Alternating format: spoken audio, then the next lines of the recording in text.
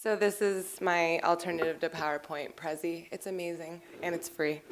Get my hair cut off that. So I'd like to thank you all for being here tonight and for having me, and especially Chris for reaching out to me, apparently being a fan of Africa as a country, which, you know, one of the most frequent comments that we get on the blog from casual readers is, Africa is not a country, you ignorant fools.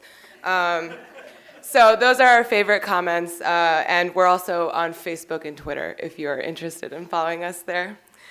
And so, as Chris mentioned, I am a scholar of ethnic studies, so my approach is slightly different than some of the other amazing presenters that, as many of us saw earlier today. My work focuses on racial identity and racial construction, specifically in the anti-colonial period. But obviously, I started this research before the so-called Arab Spring begun, and so this is exciting for me because I now have the opportunity to talk about culture, oral culture today, sonic archives specifically, that is sort of sustaining resistance and is offering new models of resistance, and sometimes old models that are sort of reformatted and reimagined and shared on the interwebs. So I just want to make a brief note about my terminology. I have Afro-Arab in the title and Arab Spring in quotations because the bulk of my work does try to trouble the category of Arab as it's invoked as a racial signifier, as well as the Middle East, which I believe is a geopolitical construction more so than an actual space. And so a lot of what's come out of the Arab Spring, as it were, has been kind of reclamations too of African and Asianness. And this also invokes a particular moment in the anti-colonial period, which actually Ngugi wa Thiong'o had been involved in this permanent bureau of Afro-Asian writers, which produced a magazine called Lotus in the 60s, 70s, and 80s. And so this is something that's interesting to me that I wish I had more time to delve into today, but I want to show you my favorite YouTube videos from Egypt, so I'm just going to jump into that.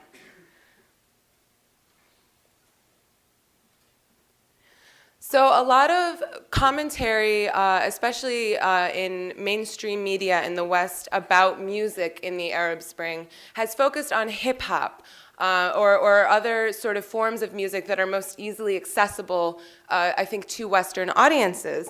And something that I think it's very, very important, but when we think about how Western media has constructed the Arab Spring, like the Facebook revolution or the Twitter revolution, it seems that the media, especially in the United States, is attempting, you know, in this sort of insidious way to center the West and to center Western ideas of democracy and culture in, you know, focusing on something like hip hop and Facebook and Twitter. And it's true that all of these things are very, you know, popular and widely used to the few who have access to these materials in the Middle East.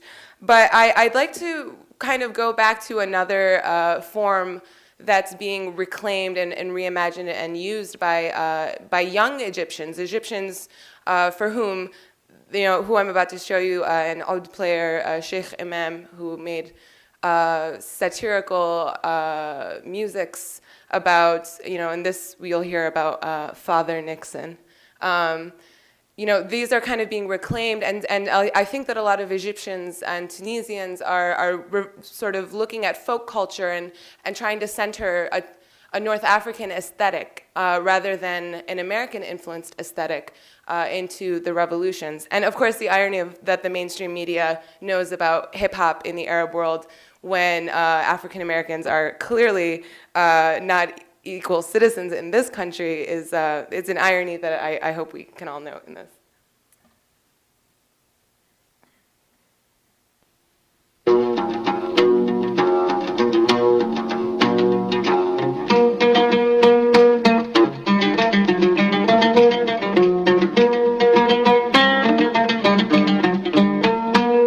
شرفت يا نيكسون بابا يا بتاع الوترجيت عملوا لك قيمة وسيمة سلاطين الفول والزيت شرفت يا نيكسون بابا يا بتاع الوترجيت عملوا لك قيمة وسيمة سلاطين الفول والزيت فرشوا لك أوسع سكة من راس التين على مكة فرشوا لك أوسع سكة من راس التين على مكة وهناك تنفد على عكا ويقولوا عليك حكي ما هو كل نايم نايم شلة يا أصحاب البيت.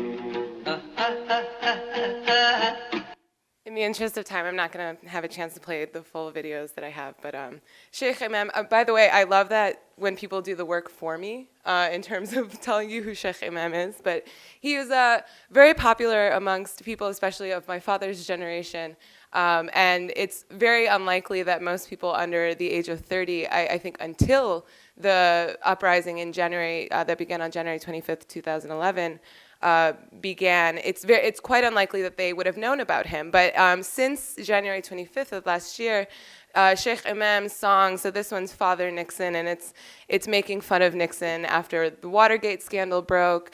And Imam had an incredible sense of humor and often teamed with poets to produce the work that he did, and was frequently targeted by the state because of this. But this is sort of what I'm seeing as an Egyptian-centered aesthetic movement that has been present, of course, in most places in the world have national sort of cultural representations and cultural production that they focus on. And so I'm seeing increasingly that in Egypt especially, and in Palestine also, which is technically outside of our geographic category today, but that reverting to this sort of like old school, which is, I mean, that's what it is, it's old school, form of musical production is a way in which young Egyptians are not only learning about their history, right, and specifically their anti-colonial history, but are also able to express their own sense of themselves and their identities. And so, yes, we are global citizens, but we are also Egyptian. And so that can also bring us into problems with nationalism, but again, another time.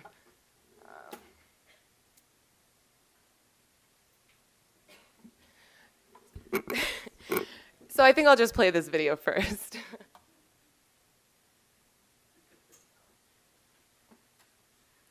Some of you may have seen this on the news. Hopefully it will load.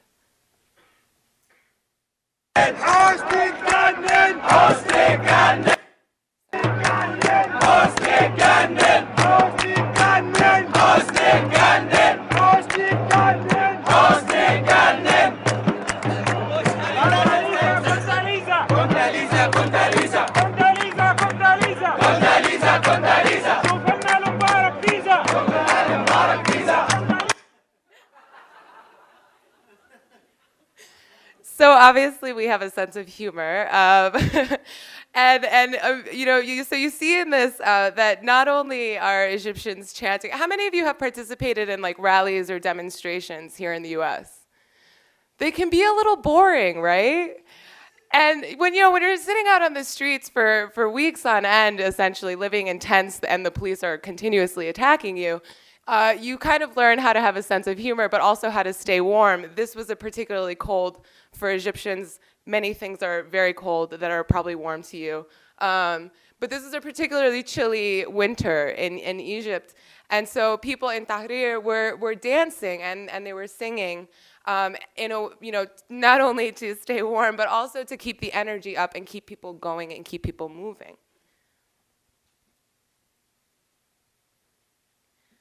And so this, of course, I think youth are really centered in these revolutions that have sprung up and are continuing. And I think, in a way, we can almost stop calling it a revolution and start identifying this for what it is, which is a period in which African movement building has really taken hold and continues to thrive. And I don't know how many of you are paying attention to the news on Egypt today, but there's basically this. Basically, Morsi, the current president of Egypt, has borrowed a few notes from Mubarak's playbook and is facing massive opposition in the streets. So I'm going to play a little bit of this very young person who is leading a crowd of adults in a very funny song that I will try to translate a little bit of. حسني اتجنن اخر حاجه حط الكرسي في الثلاجه حسني اتجنن اخر حاجه حط الكرسي في الثلاجه حسني اتجنن اخر حاجه حط الكرسي في الثلاجه حسني اتجنن اخر حاجه حط الكرسي في الثلاجه حسني اتجنن حسني اتجنن حسني ضربني يا قلبي. So in this child, he's basically singing the song "Hosni's gone mad." You know, his whole family's gone mad, but in the way that he's doing this performance that he's giving, this is a classic of those 40s, 50s Egyptian cheesy movies starring Abdel Halim Hafiz and Warda. And, you know, people really love, I mean, Kulthum is like the national hero of Egypt. She was a remarkable songstress. Who was very much a Nasserite.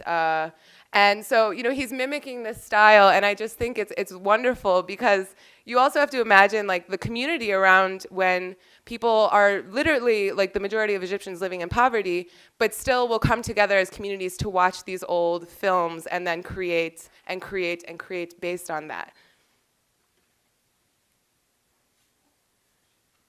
I'm going to have to rush a little bit. I'm sorry. I'm taking up too much time. So speaking of Abdel Halim Hafiz, how many of you know Abdel Halim? Yeah? How many of you have heard the Jay-Z song Big Pimpin'? That's Abdel Halim Hafiz's tune. So you've heard Abdel Halim, you just didn't know you did. So I'll just play a few seconds of this, like kind of another, again, funny but very, you know, sentimental styling of revolutionary rhetoric. يحلف بنصره طب واحنا مالنا ما هي مصر رمز البطولة أبو ضربة أولى منذ الكفور. I apologize for the volume also. I don't know how to change that, but so I mean what essentially I'm invoking here, what I'm trying to show you, right, is how Africans, right, how Egyptians are practicing, you know, are invoking and practicing a reimagining of a mid-20th century sort of Egyptian-centered aesthetic. And that this is directly in response, in a way, to the West keeping a boot on Africa's neck, as it were. And people are embracing their own traditions, as well as, of course, engaging in transnational styles, like hip-hop, right? Hip-hop culture especially. Punk, this next song is actually a punk song. I would be happy to let the organizers distribute it to anyone who's interested because it's going to be very loud, judging by the previous video's volume. So I'm just going to skip over it, but it's by a band called the Kaminas, and they're a US-based Taqwa core, which is like Muslim punk. And they're, you know, so it's basically like a riot song, but it's sort of imagining making fun of this idea of like Muslim rage or you know, black rage, in that they're like, yeah, actually we are very angry, and check out how awesome we are when we're like acting on that anger.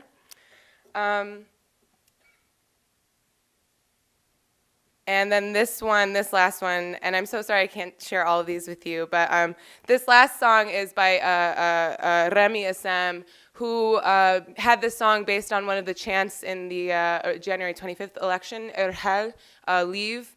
And he was incredibly influential, played in Tahrir Square every single night.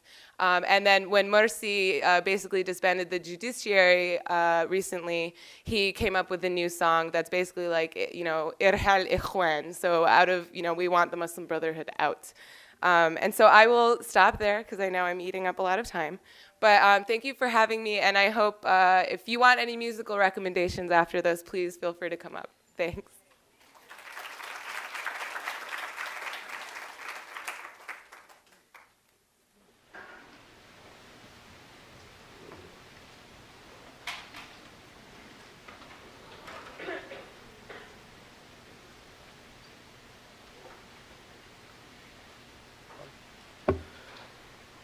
Ready? Okay. The topic of my talk will be, is democracy possible in Africa? First, I want to thank the international studies because it is a very important topic. It is a continent that is really far away from the rest of the world.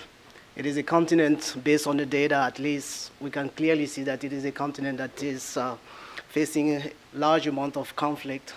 It is a continent also that is just experiencing a big poverty, a big level of poverty. So for the international study to give the opportunity to students who don't know the continent to learn about issue facing the continent, I will definitely say thank you to Cecilia. I will say also thank you to Christy, to all of these people who are involved to just bring this conference or this forum regarding Africa. So having said that, the key question that I'm asking is democracy possible in Africa? When we were looking at the Arab Spring, when we were just watching the Arab Spring, many observers reached the conclusion that this Arab Spring was going to create the foundation for democracy on the continent. I was doubtful, and I didn't think that the Arab Spring could be replicated in sub-Saharan Africa, meaning Africa down south. Well, looking at even Egypt today, we can clearly see that my doubt was justified. So we were hopeful, but we can clearly see that today, on the street of Cairo, we can clearly see that democracy has a long way on the continent. So that's why I started my discussion with, is democracy possible in Africa? Well, there are 2 points of view. Many people truly believe that democracy is not possible in Africa, and there are 3 variables that we're going to use to justify the claim. One is culture. Given the boundaries that were drawn arbitrarily in Africa, we have a bunch of cultures in one territory facing new value from the West.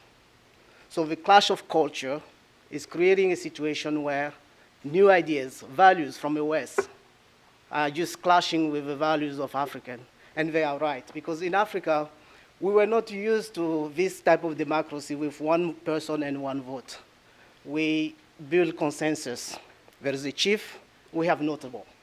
Notable will debate for hours, fiercely, and then give a chance to a chief to just bring consensus. So it has nothing to do with, bringing consensus has nothing to do with one person, one vote. So given the clash of culture, they will argue that democracy is unlikely on the continent. The second variable that we're going to use is poverty. The data is on their side. They will argue that if you look at the data, poverty is positively correlated with the failure of democracy, and this is true. Most of the poor countries have difficulty creating conditions of democracy. So the third variable that we're going to use is the fact that the leaders in Africa are just using ethnic cards to create conditions where ethnic groups are competing against each other. Those competition will lead to democratic failure. Therefore, if you take these 3 variables, democracy in Africa will be unlikely. Well, they are wrong, because we have long-lasting democracies on the continent. 1 is Botswana, 2, Senegal, and 3, Mauritius. Since independence, these 3 countries were able to sustain democracy. They have never known anything like a military coup or deadly protest. So the question is democracy possible in Africa? Yes, democracy is possible in Africa. So this part is solved. Now, the key question now is what makes this limited amount of countries achieving democracy for a long time and other African countries are just failing to sustain democracy? The simplest answer is this.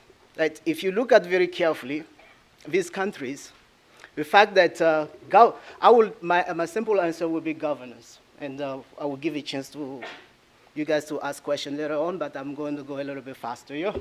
So governance is dividing the continent, and dividing continent in a way that the way governance is conducted on a continent, it tends to divide individuals between the have and the have not. Given governance creating condition of have and have not, and worse, being part of the have or the have not tend to coincide with your ethnic identity or your regional identity. So if you are born in a right ethnic group leading the country, life is good. But if you're part of a wrong ethnic group, then you are in trouble. You may be smart, you may not get a job. So if you look at the people who should be part of a democratic movement, educated people, who should articulate about the democratic values, they are completely disregarding issues related to merit. They're just moving with issues related to ethnic identity.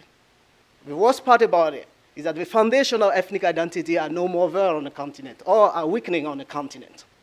But because governments tend to divide people in terms of who you are based on your ethnic identity, people tend to hang on these identities. To be sure, I'm not saying that there is no more ethnicity in Africa. I'm not saying that there is no more linguistic attachment on the continent. But because governments tend to divide individuals based on who you are, create a sense of ethnic identity. So if you look at these countries, this limited amount of countries that are doing well, what they are doing well is part of a governance. Since independence, you take the case of Botswana, it has a very strong governance where people get jobs based on merit. These are countries that did not borrow only the Western values, but they were able to just use what is part of modernity and combine it with a tradition. So let's go step by step with Botswana. Botswana used its traditional values of consensus to borrow from modernity. And let me pause here. I'm not talking about the Western values per se. I'm talking about modernization. Too often, scholars tend to lump both of them together. What I'm saying is that democracy can be possible if we look at the case of Botswana using what is modern, not Western. So there is a difference between Westernization and modernization. So being able to use what is modern, and by the way, modernization didn't start per se in the West. We all know that through research today that Persia is where modernization started.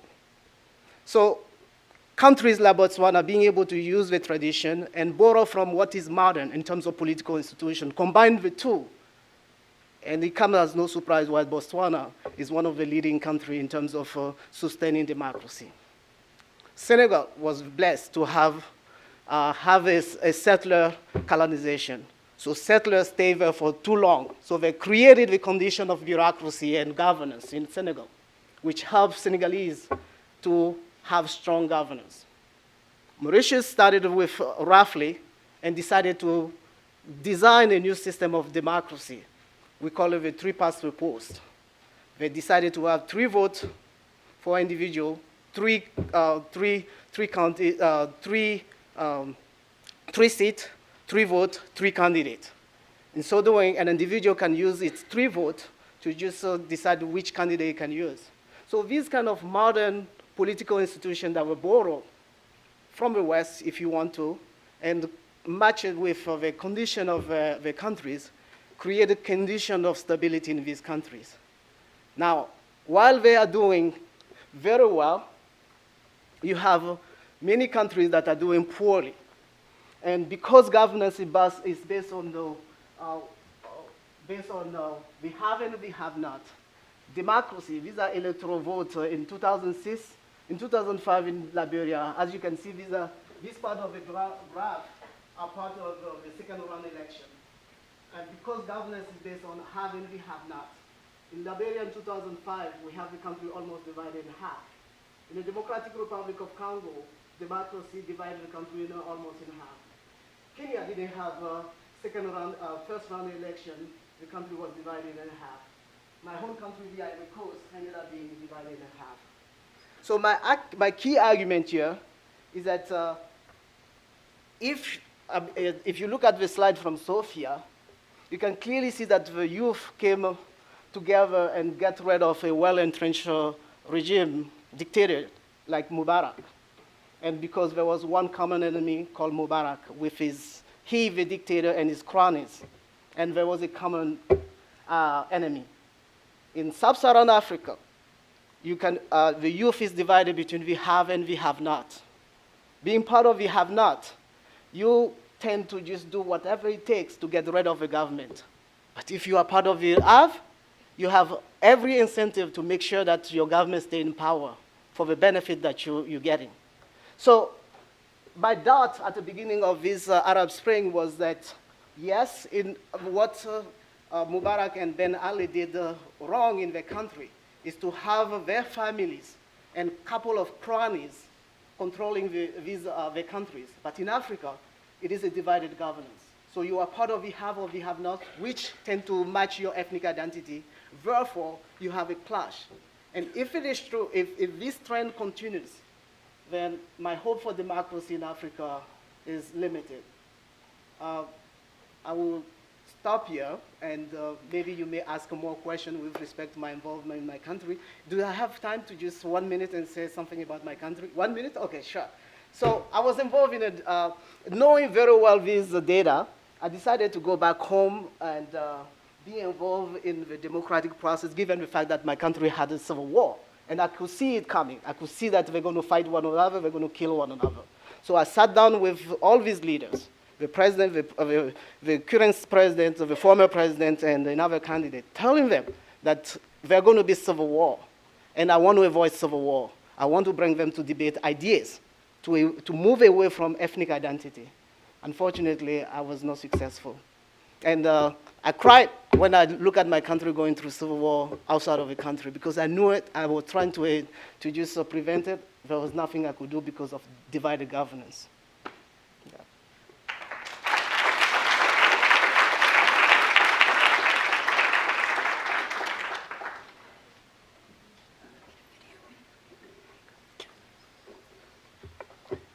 Thank you very much. Like my colleagues, I would also want to appreciate the organizers for the work they've done by making this opportunity possible for all of us to come and share ideas on the issues that pertain to democracy in Africa. Now, just to save my time, I'll start talking. I'm actually looking at technology as an asset for social protest in Africa. The question that I'm interested in asking is, what is the contribution of technology as part of popular culture in the development of democracy in Africa? That's what I would like to respond to. Some few weeks ago in South Africa, there were headlines that came reflecting on a bishop who was addressing the Falam Commission. The Falam Commission is a commission that is looking at the incident where 44 people were shot down by police. They were part of the 3,000 miners who were involved in a strike in South Africa. They were all working for a company known as London Mining Company. So they embarked on a strike, and the police came in to try and disperse them, and unfortunately, there was violence there, and the police killed at least 44 people out of that. The bishop had been there to try and mediate, and in his submission to this commission, he said something like this, that he is still haunted by a phone call that he received from one of the people who died during that shooting. And so the journalist had a field day, and they had a huge title, headlines that said, "Bishop haunted by a call from the dead." Now, the reason, therefore, that we could reflect on that is because it shows us the role that technology is actually playing in encouraging popular resistance in Africa. Now I'm going to reflect really on that, to look at what does this mean, and what has the discovery of the cell phone specifically meant for people in Africa. And like my brother, I would really want to say, I do believe that democracy is happening in Africa now, not in all countries, but it is developing even in others. So I am very hopeful that in the near future, all the countries will be democratic, and it is going to develop. What has happened is that almost every community or every home has got a cell phone in South Africa. I know of no other home, even in the informal settlement in Africa, where there is no cell phone. People may not have the normal phone that we are used to, but they have cell phones. And cell phones have become an asset for people. They use cell phones, yes, to look for jobs, yes, to look for opportunities, to communicate with their relatives, to seek assistance when they need assistance, but they also use the cell phones to access information and knowledge of what is happening in the rest of the world and also in Africa. So even people who previously belonged in rural, far-flung places and not be connected to the rest of the world and not know what is happening in the world, not today. People are able to just read, access the internet, see what's happening in the rest of Africa. So that's why when, during the Arab Spring, people did not only depend on TV or even radio to see what was happening there. People could just press their cell phones and they could be part of what was happening in the rest of Africa.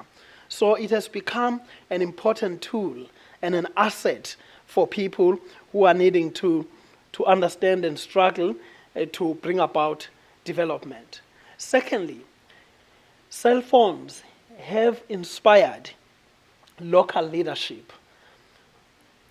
Those young people in communities who have got leadership acumen have been inspired by seeing other young people, as we have just seen in this video, where a young man is already commanding a huge crowd to sing against Mubarak. So young people who are of the same caliber, who are in those remote places, are beginning to be encouraged when they see these things or even read about them through the internet and through the YouTube and other things that they access and Facebook.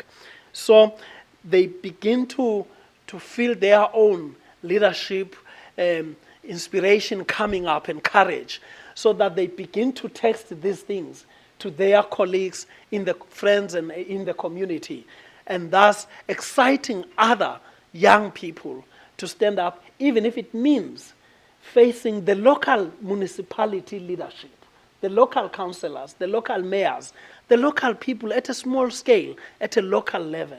You are beginning to see people taking responsibility. Even the local chief, who previously would not be criticized by anyone, and criticizing him or her would mean a death sentence in communities. Now, people are doing that confidently and also knowing that who is going to be following, where did this SMS came from. So they just send these messages around and they are safe as they do that. They are not threatened. So this is what this popular culture is doing in Africa. I think I've just spoken for 10 minutes. That was a joke. 3, it has also become a useful tool for mobilization. Previously, people would need to speak over the radio to call community meetings. They used to have to use the media that exposes you when you are calling meetings, and then you'll be reprimanded by those in power. Who the hell do you think you are to be summoning people to a meeting? Suddenly, people don't need to do that. They send SMS messages around, and they even discuss what they think of their leaders and their political situation in those communities. And they are safe in doing that. And so they have meetings, those who want to come, they come, but it's actually no one is going to be held responsible of being an agitator. They are provided a safe space and a tool that is also safe for them to begin to agitate and call other people to participate in meetings. Fourthly, it is an asset for subversive information keeping, if I may say that. The reason why I say this is that the bishop that I started by talking about is that he was intervening in this strike. And when he spoke to the police, they treated him with disdain and disrespect and did not want to listen to him. Spoke to the mine management, they dismissed him. And through frustration and seeing that things were going to be bad here, there was going to be bloodshed, he withdrew and left. And as 15 minutes after he had left, somebody phoned him and said, "Bishop, where are you? The police are killing us here."